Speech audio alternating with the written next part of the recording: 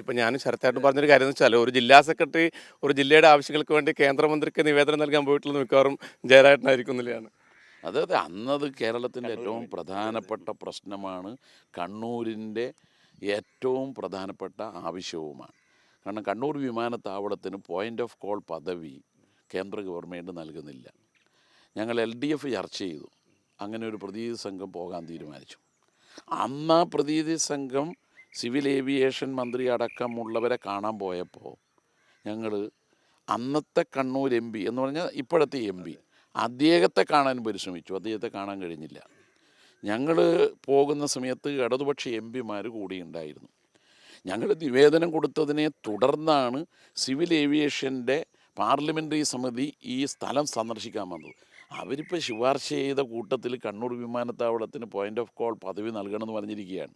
അപ്പം ഞങ്ങളെ അതിൽ നിർബന്ധപൂർവം ആ ആവശ്യം നേടിയെടുക്കാൻ ഇടയാക്കിയത് ഇത്രയും വലിയ പശ്ചാത്തല സൗകര്യമുള്ള ഒരു വിമാനത്താവളത്തിന് അതിനത് കേന്ദ്ര ഗവൺമെൻറ് അനുവദിച്ചില്ല എന്ന് പറഞ്ഞാൽ നീതികേടാണല്ലോ. അതുകൊണ്ടാണ് അന്ന് പോയത്.